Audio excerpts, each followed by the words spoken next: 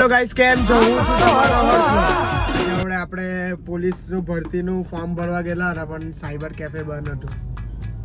એટલે હવે કાલે જવું ભાઈ આપણે. તો ગાઈસ આપણે હવે ક્ષેત્રપાલ જતા છે આ જીલભાઈ હાથે અને આપણા જીલભાઈ બી બ્લોગ બનાવવાનું ચાલુ કર્યું છે ખાલી યુટ્યુબ પર. તમે સર્ચ મારજો જીલ પારેખ અને ભાઈને બી સપોર્ટ કરજો. હવે આપણે આ ક્ષેત્રપાલ પહોંચવાના જ છે.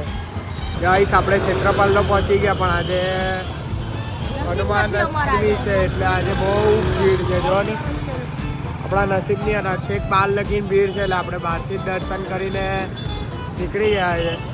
કઈ નહીં દાદાભાઈ બીજી વાર આવું હવે. આ ડ્રુ જો આખો ભીડ ઉપર લાગ્યું. સૌડે જીલ ને ડ્રુનું જરીક ગરમા ગરમી થઈ ગઈ એટલે આપણે ફટાફટ જીલને ઉચકીને નીકળી પડ્યા. નહીં તો મારામારી કરી લાગતે મને તો. આપણે ધુરંધર પિક્ચર જોવા જતા આયરા જો આ 3 લખોટા આયરા અને 1 લખોટો આયરો આપણા પછાડી.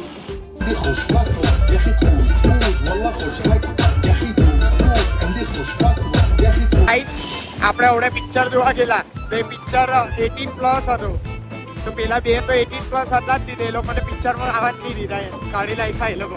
હવે અમે 3 જ છે પિક્ચર પૈટું ને ઘરે જતા એ બંને કાંટા ઘરે આવી ગયા.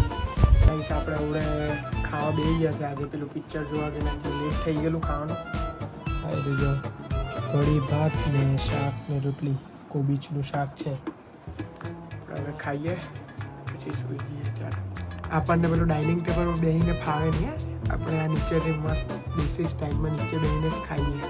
તો ચલો ગાઈસ આજનો મિની બ્લોગ આપણે અહીંયા જ પૂરો કરીએ છીએ. તો તમને મારે મિની બ્લોગ ગમ્યો હોય તો લાઈક, કોમેન્ટ અને ફોલો જરૂરથી કરજો. ચાલો જય માતા.